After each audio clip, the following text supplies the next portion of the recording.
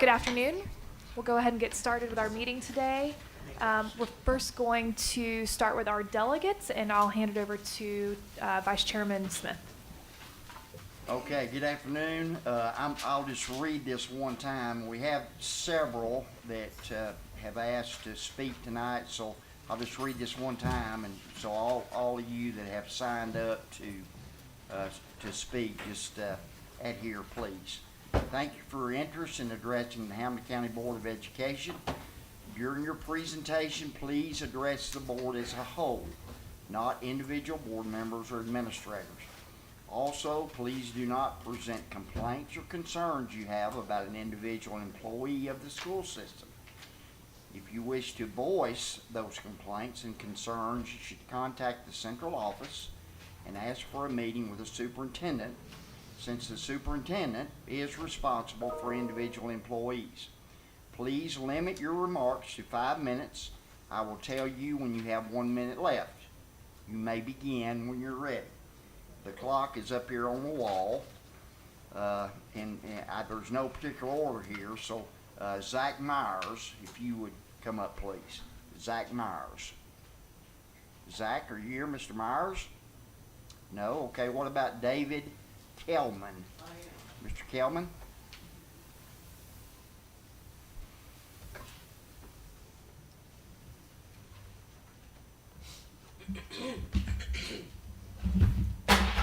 Oh dear. Already causing problems and I haven't said a word. Yeah, just put it on my tab. I'm Coach David Kelman. I'm the East Hamilton head middle school track coach, head high school cross country coach. I'm here to speak tonight on behalf of myself, my wife, who can't be here because she is with the high school team, and the administration, parents, community. Tonight you will hopefully be approving the go-ahead for construction of new track facilities at East Hamilton High School. And I'm just here, A, to express my appreciation in advance, B, to assure you that this is money well spent on our kids, our families, our community. I know you have to constantly weigh a lot of concerns and needs across the county. So I normally don't like to toot my own horn, but I just wanted to give a couple reasons from my personal background and my wife's about why we feel very confident that this is a good investment in our kids. So as I mentioned, I'm the head middle school track coach, head high school cross country coach. I'm a chair currently for the second time of the Hamilton County Middle School Track League. I happen to be a two-time middle school track coach of the year and have been selected in the past to be a recipient of a TSSAA AF Bridges Contributor Award. I've also have been a teacher of math, engineering, and computer science at East Hamilton. My wife and I are parents of 2 East Hamilton track and cross country athletes among their other sports. I'm also proud to say that my older daughter was one of the very first East Hamilton female wrestlers this year. I happen to also be a former creature of the startup business world. I'm past president and past treasurer of the Mountain Shadows Residents Association. My wife Janice is the head high school cross country coach, head middle school cross country coach, multi-time chair of the middle school cross country league. She's a longtime Girl Scout leader, a small business proprietor, former treasurer of the Westview PTO. She also happens to be MIT's first ever NCAA All-American in cross country. They're now up to about 20 of those. So the point is, we don't like to toot our own horn, but we're very proud to serve this district in this county. We know athletics, we know this community, we know this school, we know the kids, the parents. We also know what it means to have to weigh costs and benefits, and we really believe this is money well spent. And most importantly, from our point of view, we have been working, parents, community, for years to raise auxiliary funds, do auxiliary work, to be in a position now that this investment is coming, to make the most of it. We will fully make use of this facility for the entire Hamilton County athletics system and community, and we are proud to do so. I cannot say too much how proud we are to serve this community. It's a very humbling honor, and your investment in facilities like this and others in the past, and additional things you may be looking at in the future. I can assure you from my point of view, these kids are worth it. These investments are worth it. And thank you very much for your time. David, it's good to see you. I appreciate you too. You were a very good board. Yes, thank you very committee much. member. I appreciate seeing you again. Thank you, Mr. Kelman. Tanya Dodd.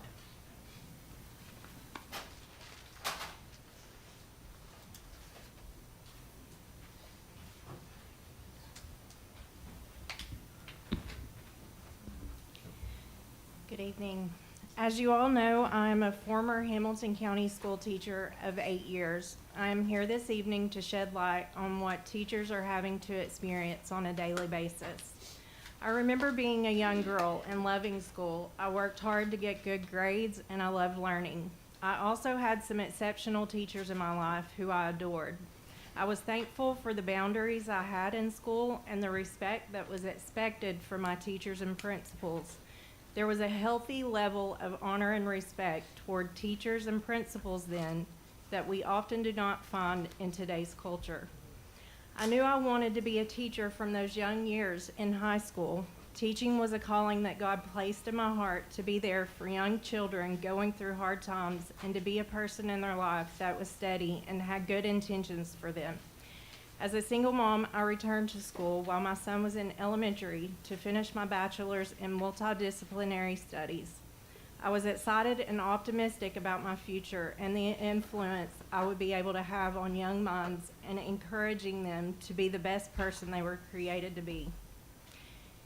There are many things I could address about why I made the heartbreaking decision to resign from teaching, including the awful administrator that bullied me insistently before I resigned and before he was fired from the district, but I would rather focus on one topic specifically this evening: student behavior.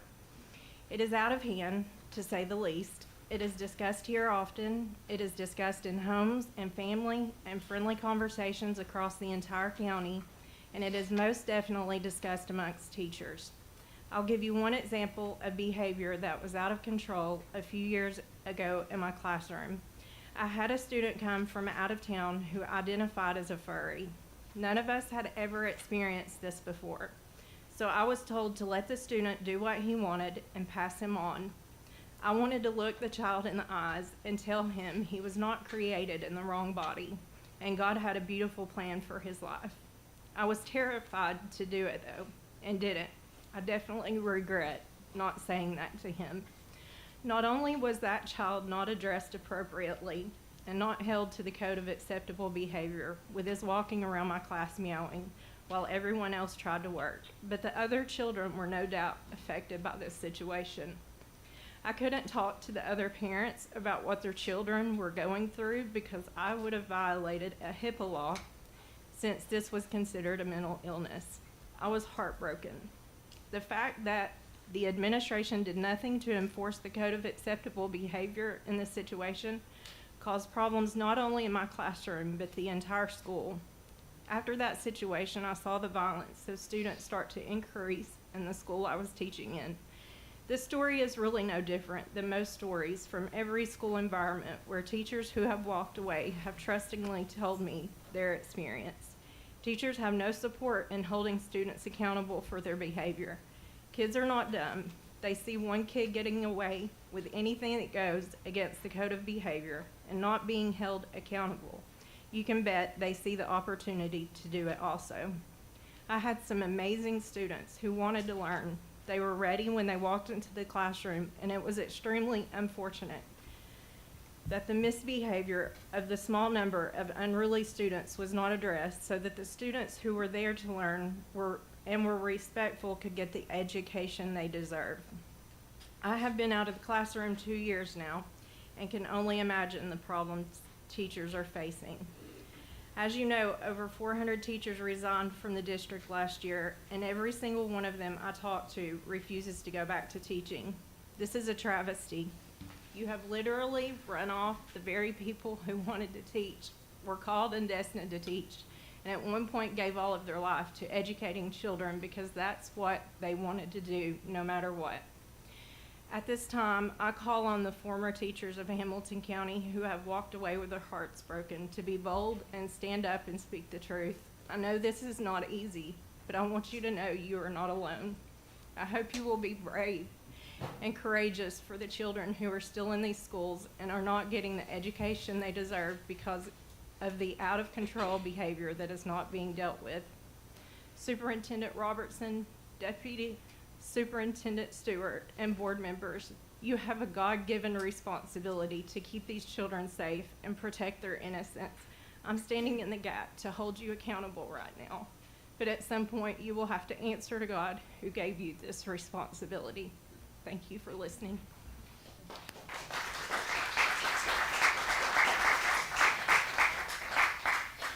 Thank you, Ms. Dodd. Rebecca Howard? Good afternoon. I'm here to address the board about what students can access via their Chromebooks. The content is accessible through the browser and via YouTube. I'll focus on one specific type of content, but if you're going to do the research, please don't stop with sexually explicit content. Look for violent content, drug-related content, abortion services, gender reassignment appointments. If you can think of it, it's accessible via the Chromebook. Some of us remember the little song from Sunday school, "Oh, be careful, little eyes, what you see, be careful, little ears, what you hear." And I probably don't need to remind anyone in this room that Hamilton County, Tennessee is the prong on the buckle of the Bible Belt. Not so long ago, Chattanooga, Tennessee was ranked by Barna Group as the most church city in the United States of America. Why should this be important to you? Community standards. This school system does not reflect the community standards of Chattanooga or Hamilton County, Tennessee. Long gone are the days that parents could trust this school system to, quote, mold and shape its most precious asset, our children. Long gone are the days that Hamilton County schools could be counted on to teach morality, boundaries, and respect for others. Trust has been broken. Keeping this in mind, you must address the fact that every student in Hamilton County has access to explicit material via their government-issued device. Whether it's explicit reading materials in libraries, explicit music and images on cell phones, or the explicit things students can access on their Chromebook, students seem to be swimming in all things forbidden, and it's served up on a silver platter by Hamilton County schools. And please don't give us the line, it's the parents. If the parents don't make their children act like what can we do? If the parents let them use their phones to watch dirty things, what can we do? Just because a parent lets their child watch RuPaul's Drag Race does not mean Hamilton County school students should have access to it on their Chromebook. Just because a parent allows their child to read 50 Shades of Grey does not mean Hamilton County schools should give them access to it on their Chromebook. Remember the little ditty about eyes and ears? Benjamin K. Berger, Associate Professor in Cognitive Science Department at UC San Diego, wrote that cognitive scientists agree when words are read, whether they're smut or not, the reader or listener projects themselves into the world the story describes. Language leads you to virtually feel, see, and smell the content of what's being read. Reading and listening to smut is arousing. Is this really what we want for teachers and children in Hamilton County schools? Are we okay with knowing that teachers and students are able to access material that makes them become aroused around children? Nationwide, an insane number of teachers were arrested for sex crimes during 2022. 350 K-12 educators, that's almost 2 assaults per school day. This year, Hamilton County Schools is shamefully contributing to that number. First grade teacher indicted on sexual abuse charges. High school teacher suspended without pay, suspected of inappropriate relationship with student. YMCA gym instructor and Hamilton County teacher arrested and charged with sexual battery. And that's just what the news is reporting on. We all know sexual assaults between students are occurring during the school day in the schools. And we all know there is a direct link between sexually explicit material and sexual activity. Please help the public understand why Hamilton County Schools is facilitating access to sexually explicit material that promotes sexual activity. We can all say we're Christian, we can all do the Christian things, but you all are different.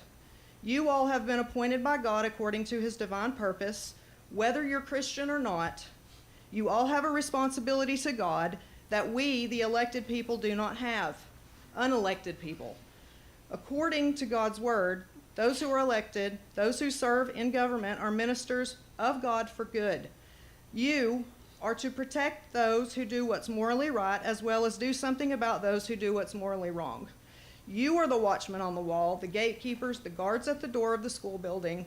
Stop abdicating your responsibility for protecting the children of Hamilton County Schools to a bunch of admins who clearly do not have the children's best interest at heart. Do you perceive Christ's influence upon your soul? If not, the goodness of God will lead you to repentance. For the Lord is our judge, the Lord is our lawgiver, and the Lord is our king, and he will save us. Thank you.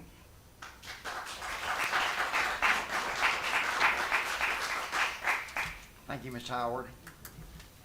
Jessica Perkins.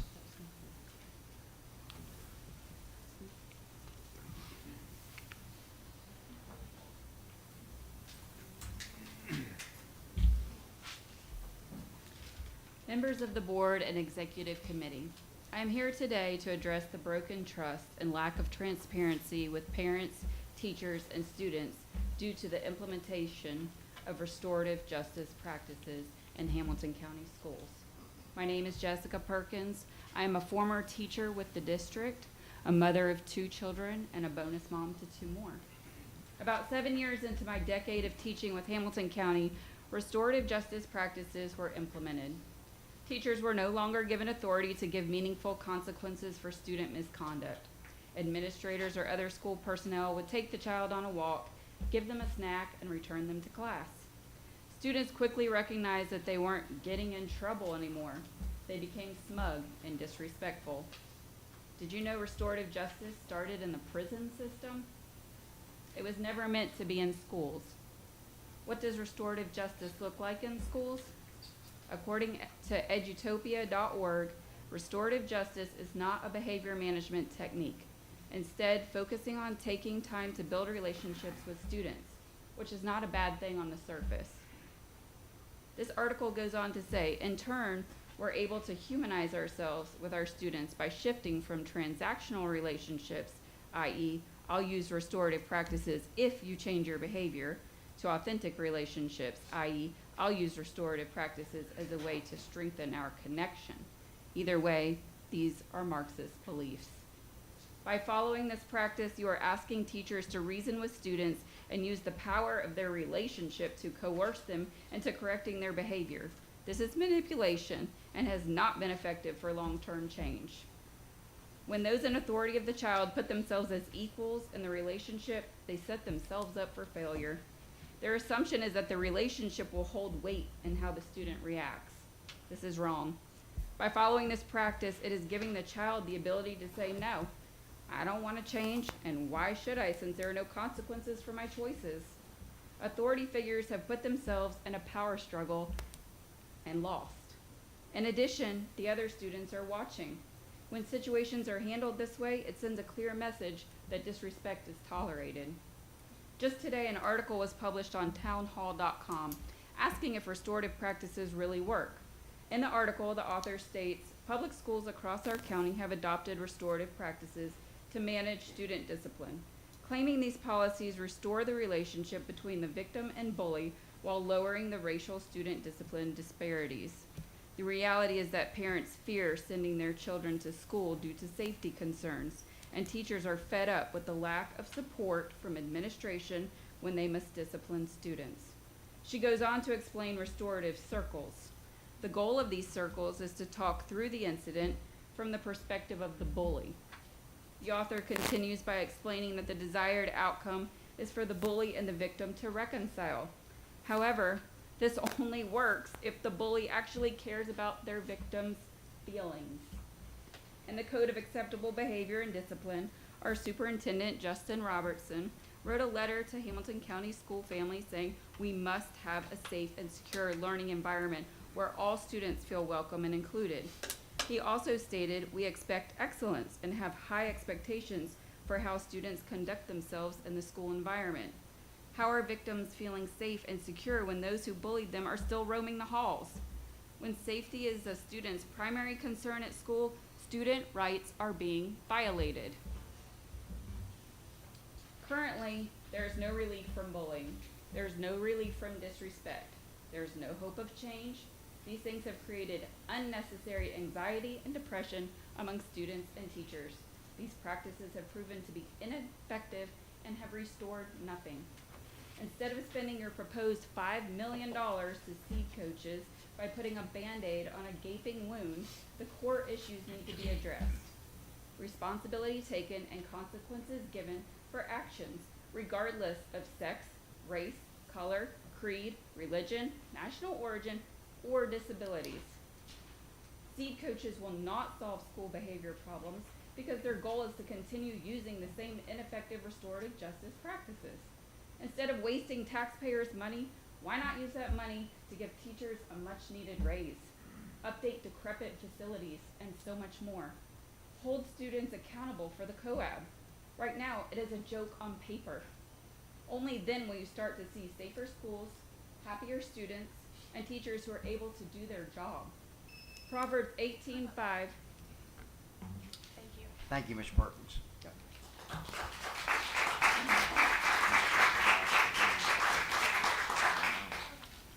Let me circle back and just make sure, Mr. Myers, did you come in? Zach Myers? I guess not.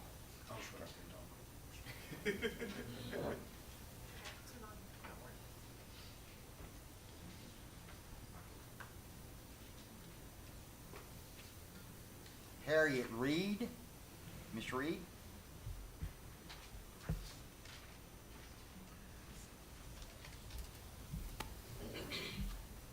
Hello, good afternoon, and thank you for allowing me to address you today.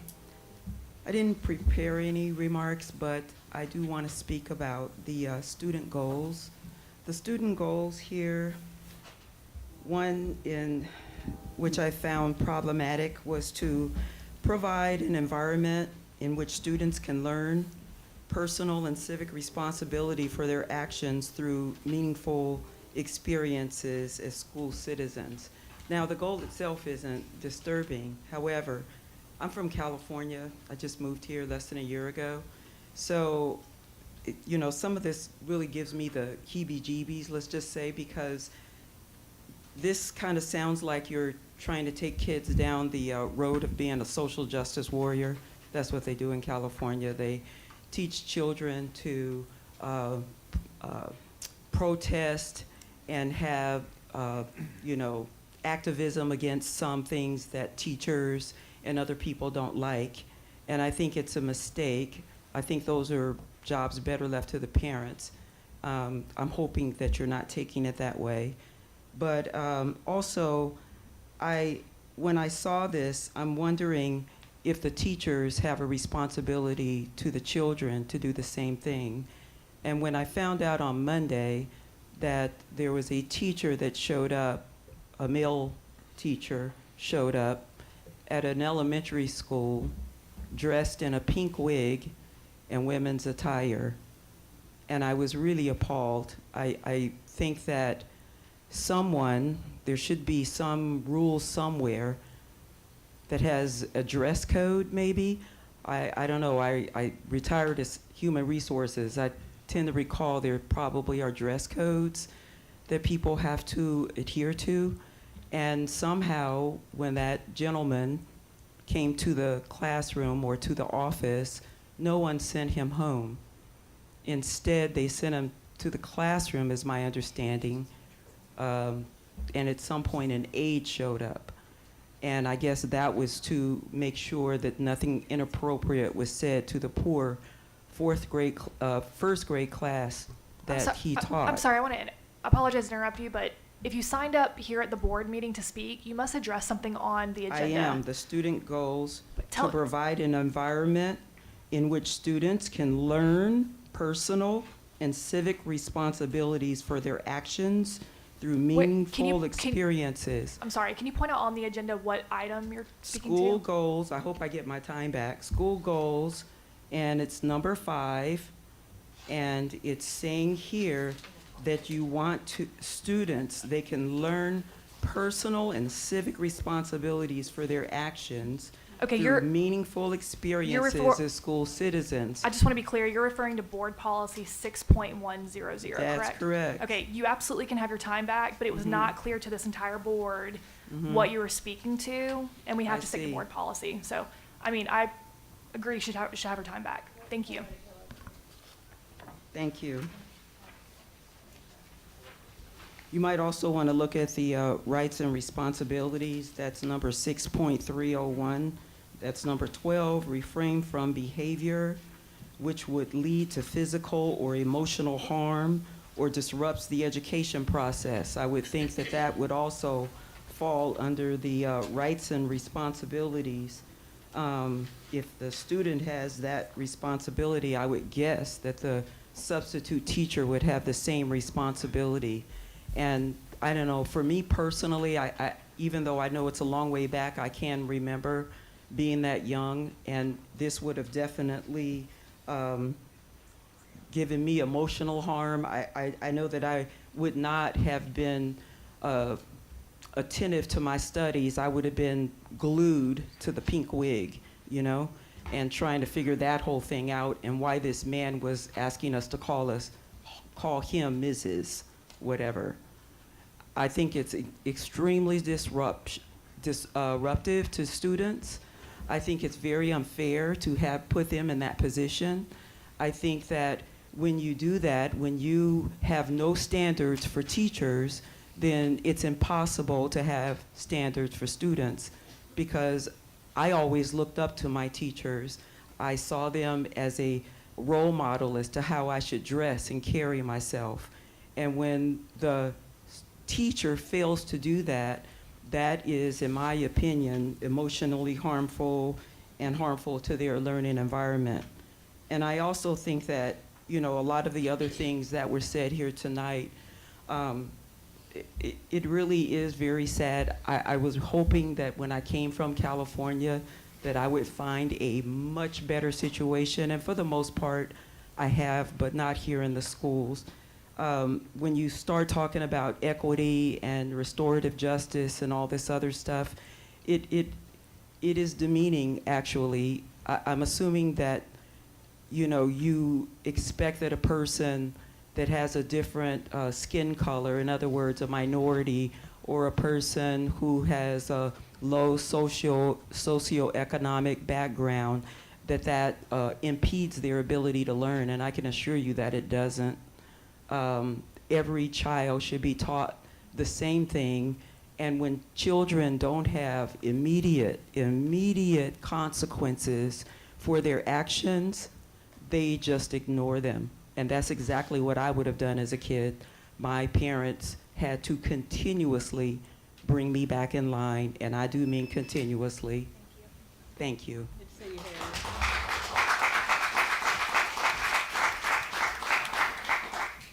Thank you, Ms. Reed. Heather Modrow.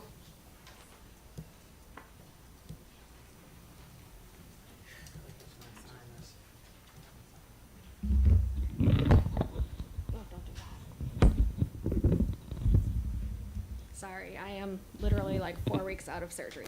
So, finally, knee number 2 got done. Hooray. Good evening. I would like to talk to you about the new cell phone policy, which is on tonight's school board. First of all, I want to know why kids even need cell phones at school at all. When I was growing up, I didn't have a cell phone.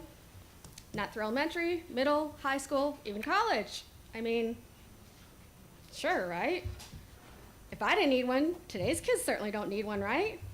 But let's think. Today is August 20th. Sorry, April 20th. Nervous. 24 years ago, to the day, Columbine. Less than 4 weeks ago, while I was in the hospital, Covenant. Today is not like it was when I was growing up in the 80s and 90s. It's not. And as a teacher, I'm conflicted about cell phones in the policy. I know most schools already have their own cell phone policies, and I see both sides of the coins. A few years ago, I had a second grader where I found a cell phone on him. And so my first response was, like all teachers, call home. Why does this 7-year-old have a cell phone at school? Well, Mom told me. When he gets off the bus, he unlocks the door, he goes inside, he calls mom, who then tells him, I'll be home in a little bit, or you're going to this neighbor or that neighbor. He needed it for his safety. It was necessary for a 7-year-old to have a cell phone. I wish I had a cell phone when I was a latchkey kid, because that would have prevented me from busting through a basement window and shooting my brother down to the basement to unlock the door so we could call my mom on the landline. I get it. On the other side, I know some 5th graders that just want their 15 minutes of TikTok fame. It's not fun, and I threaten them, if I'm on TikTok, I'm not gonna be happy. So, all of that to say, I'm kind of curious as to why this policy now. Shouldn't we, as a teacher, just want to teach the kids to be responsible with technology that everybody has? I'm reading this off my own personal cell phone. Students will have cell phones as young as 7, if not younger. I want to know, when this policy was created, who was consulted? Did you talk to administrators of all the different schools? Did you talk to any parents? Have you talked to some of our more responsible students to see what they have to say about cell phones? Maybe they know how to be responsible. Instead of a policy that punishes and limits, why don't we entrust our students with technology that we have and give them a chance to use it? And if they do stupid stuff, take the privilege away. That's what we do. We're here to teach not just reading and writing, but behaviors as well, and how to use technology. It's there. We teach them how to use their Chromebooks.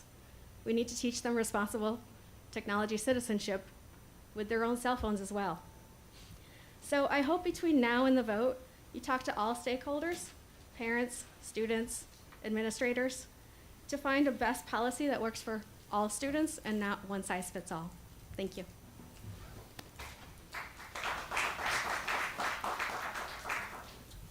Thank you, Ms. Mudrow. Angela Favalaro, hope I'm saying that right. I always mess it up.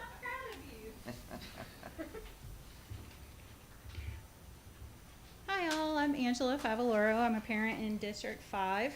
I'm speaking tonight on some of the first reads, which are part of the proposed policy changes and from the policy committee meeting that was held earlier this week. Specifically 6.3111, which was the cell phone use policy, and also touching on behavior discipline and discrimination, harassment, hazing, and bullying.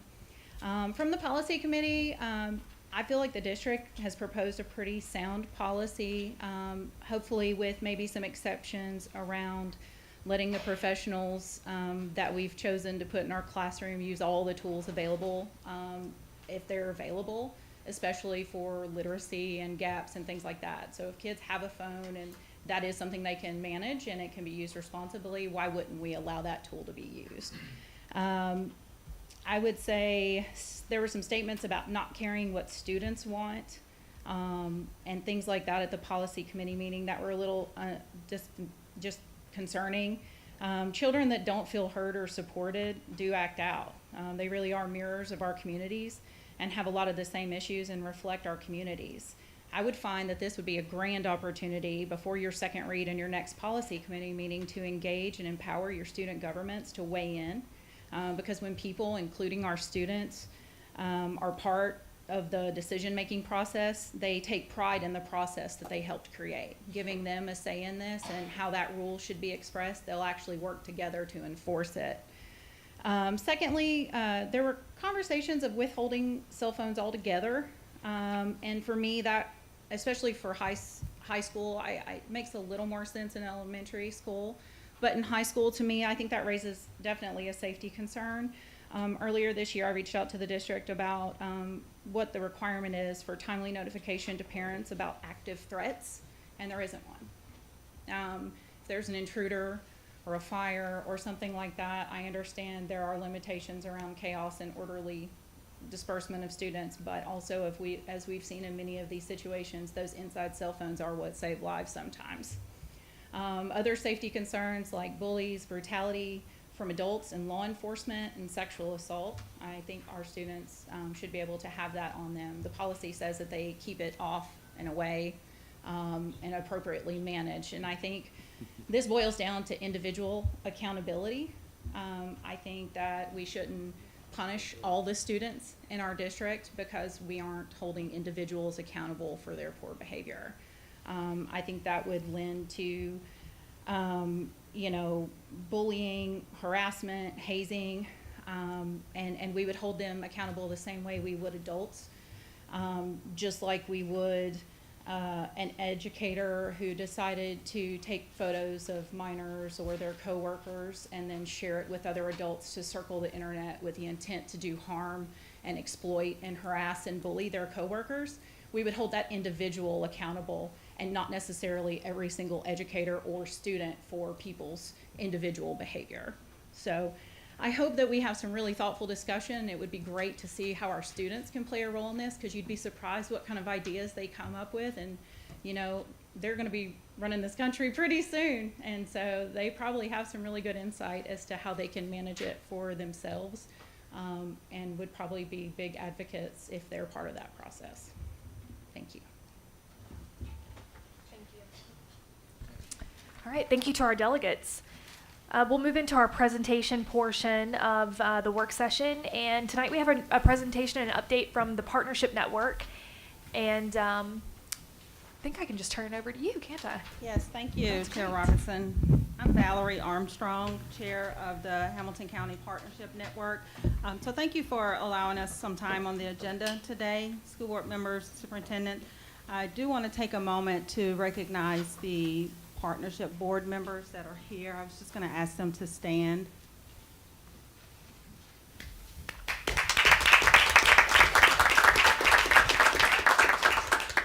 As a reminder, the Hamilton County Partnership Network, our board was established 5 years ago.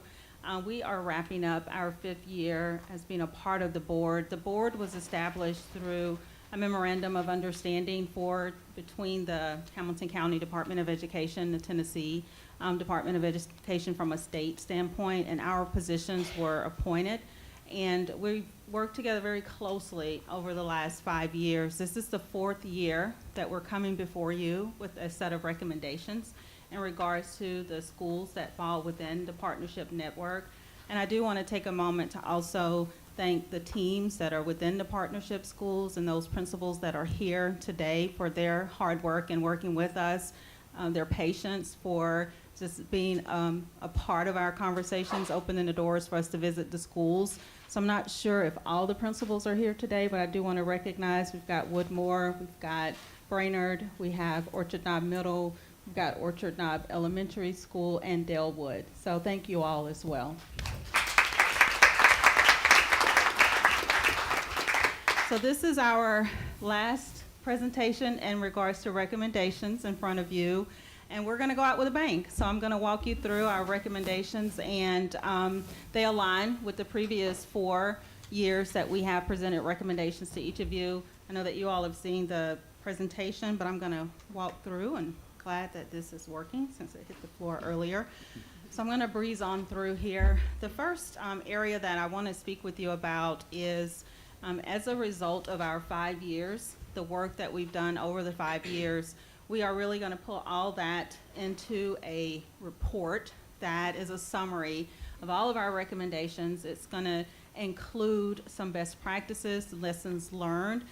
We will present that, and we're going to come back into the fall to present that to you. The reason being is that we want to wrap up this school year, make sure that we have 5 years of full data as we close out these 5 years of work that we've done. But I'm going to just high level walk you through the summary of this recommendation report and what's involved in this report. It's a pretty detailed report.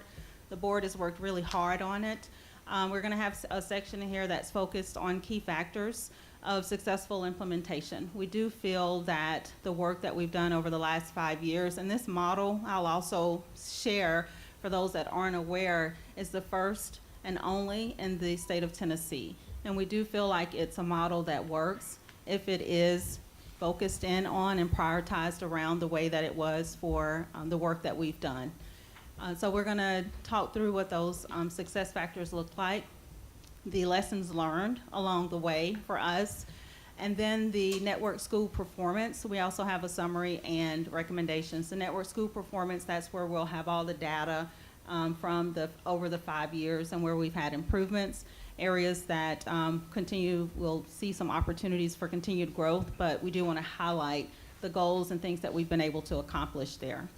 So the section on key factors of successful implementation, the first area is, from a success factor standpoint, is having an advisory board members that are selected.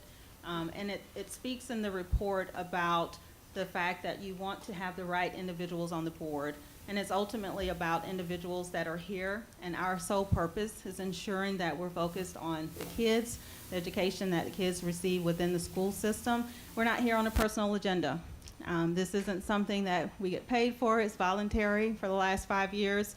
And we've come in it with that sole purpose, and it has allowed for us to work together pretty diligently over these 5 years. Also, Hamilton County Schools operational flexibility. We've had the ability to go into the schools, visit the schools, spend time with the team in the schools, those that are within the Midtown Learning community, and that has been very impactful for us as well, because we've had to grow over these 5 years and learning a lot of lingo and the data and the metrics. It's a lot, for sure. Authentic partnership. So there has to be authentic partnership in between the board, the work that we're doing, the Tennessee Department of Education, as well as the Hamilton County Department of Education, and we have seen that over the 5 years. And then also for the advisory board, just training and support. We've had a support person that we've worked with, Robin, it initially kicked off with us, and now Jessica, and so that has allowed us to be able to stay together, having that person that is a part of the Department of Education staff and team, but also having that dedicated resource. And the last was having that formalized agreement, that agreement between the entities that I've spoke about. That's the memo that brought us together. Lessons learned along the way. We've learned a lot of them, but this is how we've summed it up. Sustainable funding sources is critical for the schools that we've worked with, and those sustainable sources of funding not being through grants that aren't reoccurring where schools are having to apply for them. So that sustainable reoccurring funding is very key and critical. We've had that as a part of our recommendations for the last 4 years. You will see it again in this year's recommendation.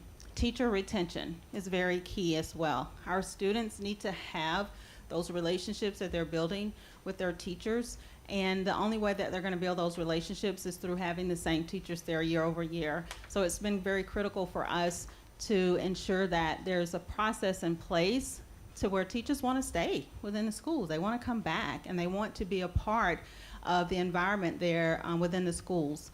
The third part on here is community conditions impacting educational outcomes. I mean, ultimately, things that happen within our communities, we can't control those, and recognizing that that does impact what's happening in the doors of our schools. So just being very aware of that, and then understanding what those impacts are and how we work through it. And then the last is the department and district leadership turnover.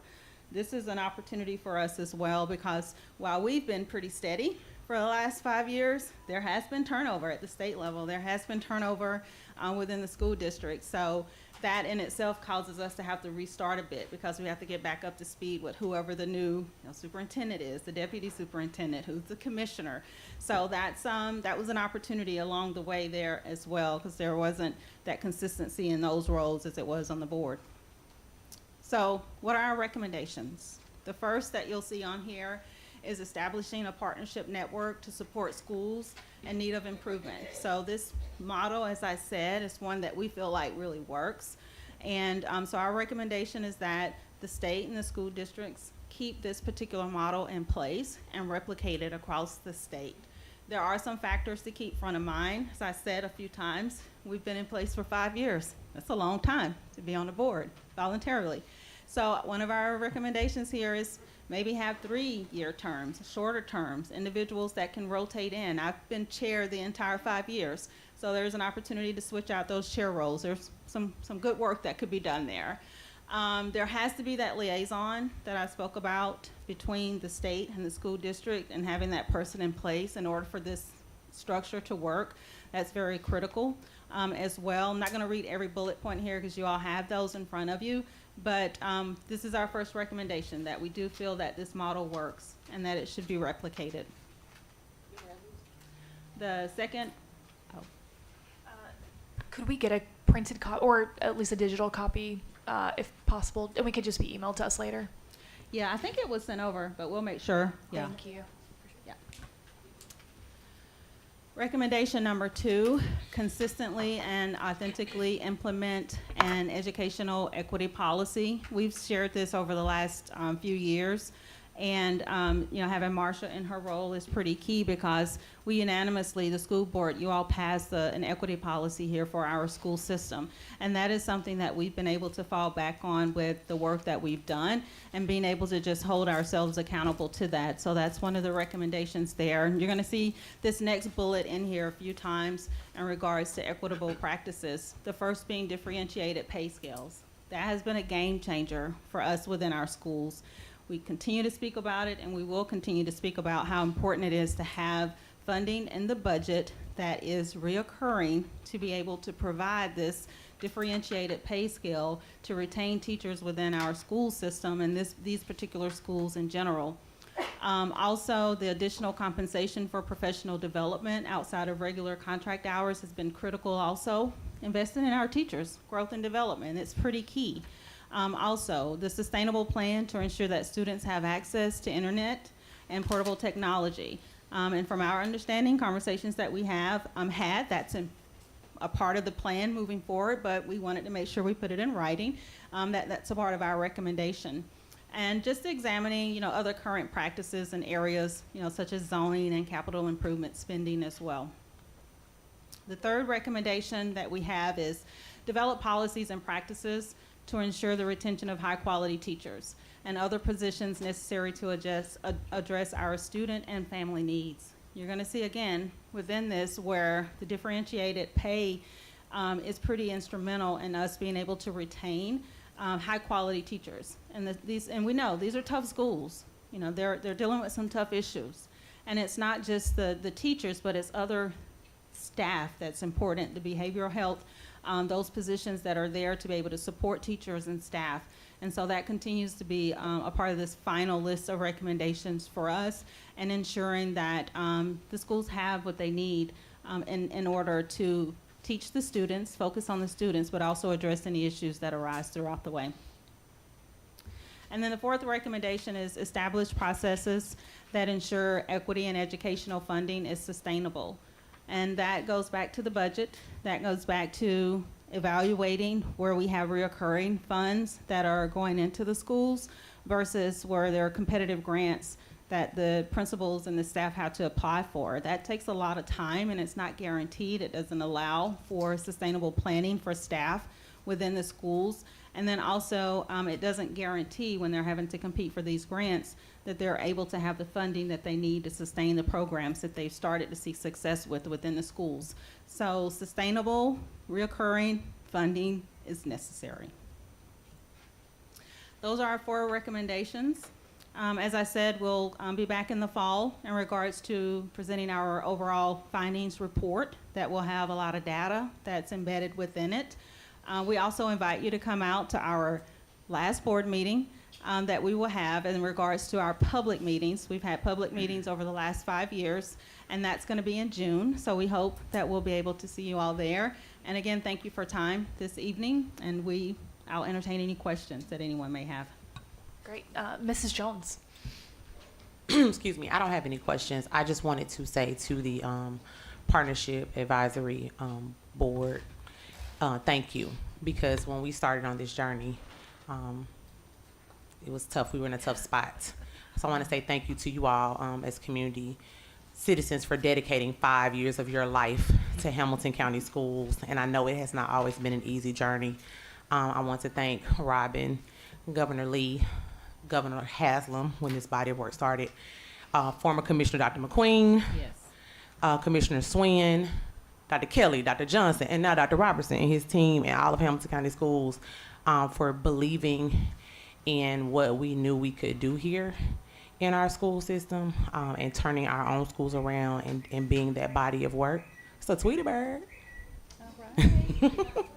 But I want to thank you all for that. And once again, I think it speaks volumes that we had community members that believed in our public education system enough to advise our body here, but also advocate for us at the state level. So thank you all so much. Thank you. We appreciate that and that acknowledgement. It's been a journey for sure, and we all stuck through it, and we didn't come here again with hidden agendas.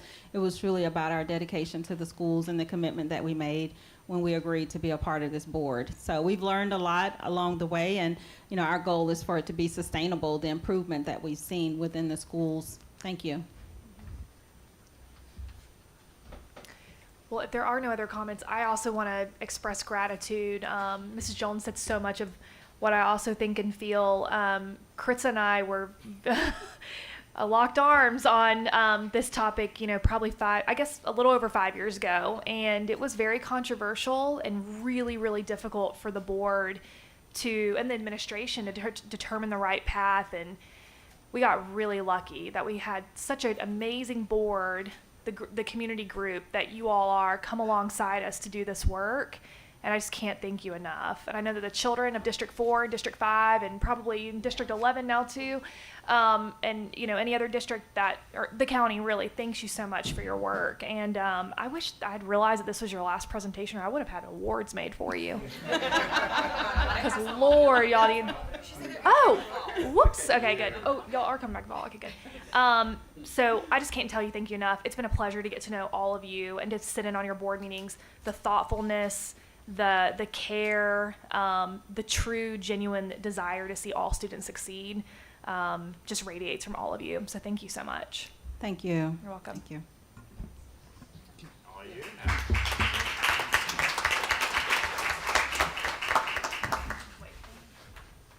I know it's already been mentioned by Ms. Armstrong and Ms. Jones, but when you think about the change at the state level, the change on this board, change in district administration, not just at the superintendent, but the directors that Partnership Network was working with, the one constant has been this board, right? Has been this volunteer board that served over 5 years and spent a ton of time making sure that we got these schools on track.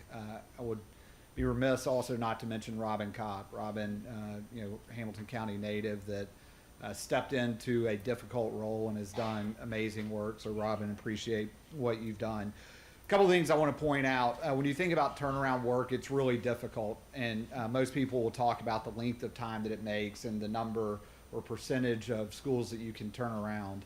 This Partnership Network board, and not just the board, recognizing that it's the leaders in the school and the teachers in the school, but out of the 5 schools that started in the network, 2 of those schools have already come off priority list. So 40% in 5 years is better than any model that anyone in this state can talk about, right? And not only that, there's a very good likelihood that 2 more will be coming off soon. So they could get to 60 to 80%. That's remarkable work, and it's really the direct impact that this board had on that work and had on turning these schools around. Most of all, let's remember it impacts the kids there, right? It's not just about getting schools off a list, but it's providing really good educational opportunities for our students. So Dr. Stewart, come up. We do have a small token, and I know we've got just a few more, but Valerie Armstrong obviously done amazing work as the board chair, and want to thank her for what she's done. I don't see Wayne Brown here, but Dominique Brandt, thank you so much. Ardina Garth Hicks, thought I saw him right behind me. Patricia McCoy. And Takesha Wenton, that's all. Yep, And I don't know if Pastor Reed, if I thought he had to take off. Saw him here earlier. I do want to point out also for turn it back over to the board. Couple recommendations that you have seen from this board. You've seen in the FY24 budget, and so they've been pressing us, especially around differentiated compensation, to make sure that's in there. So I wanted them to know that we've been talking about it in this budget. So again, appreciate the board, and thank you for all the work.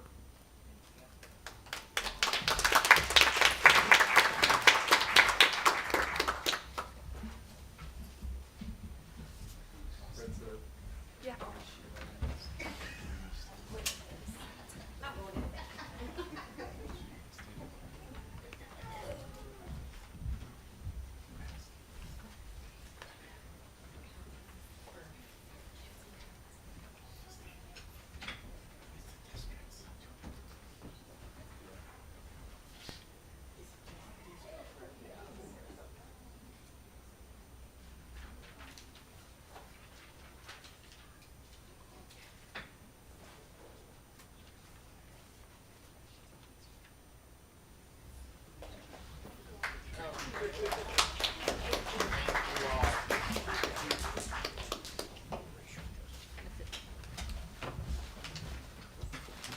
All right, thank you again for the wonderful presentation. All right, we're going to do quick committee chair updates. And I don't see Board Member Wingate for a policy update, but I'll ask Mr. Perez for a budget finance committee update. Thank you. Yeah, so we met, I can't remember the exact day, but that was our third meeting as the budget committee. We did conclude from that meeting, it wasn't a issue to bring up for vote, but we concluded that we were not going to vote on the budget this evening because the county commission will not vote on the budget until June. So that gives us time to even tighten up our. Hold on. Sorry. Can you hear my mic? You can't hear No my one mic? can hear You me. can? Can I Barely. speak? Can you hear him now? Yeah. If I get closer, my voice gets lower. Anyways, but we had our budget meeting, and we will wait until May to vote for our budget. There were a lot of positive results. Thank you again for the team for including us multiple times, and really, I feel, listening to the concerns of the community as expressed through the board, and concerns of everybody. It's not, we always wish we could do more than what we can do, but I'm very appreciative of what is being done. And in May, we will vote for that budget, ideally. So thank you all. Thank you. And Mrs. Jones, will you please give a facilities update? No update at this time. We're still waiting on some recommendations from the county facilities working group. Okay, thank you. Mr. Robinson, I would just add that that's probably to be expected sometime in the summer or early fall. Okay, great. And Mr. Connor, would you like to give us a TSBA, or sorry, not TSBA? I would love to, what but is right your now role? it is the most fluid week of voting, and they're trying to rush a bunch of stuff in. Just an update from today, the voucher bill failed in the Senate after passing in the House. It's being returned to the House without the inclusion of Knox County, so it could be being voted on as we speak. So what I will say is that expect in the May meeting for me to announce a date to recap everything that's happened in the full meeting. Did you say they took Knox County out? Is that what you said? Yes, ma'am. So last week they added Knox County in a voice vote and passed it. It went to the Senate today. The Senate denied the amendment, so it's gone back to the House to vote on the original bill. And again, it could be being voted on as we speak. But Hamilton County's still on there? Yes, ma'am. Okay, thank you. Okay, are there any committees that have not given an update? I think that's everyone. Joe's not here. Yeah. Okay, great. So I'm actually going to suggest that we recess for 15 minutes rather than going through the board agenda and then just come back for our voting meeting if the rest of the board's comfortable with that. All right, awesome. Okay, so we'll come back in 15 minutes. We're adjourned.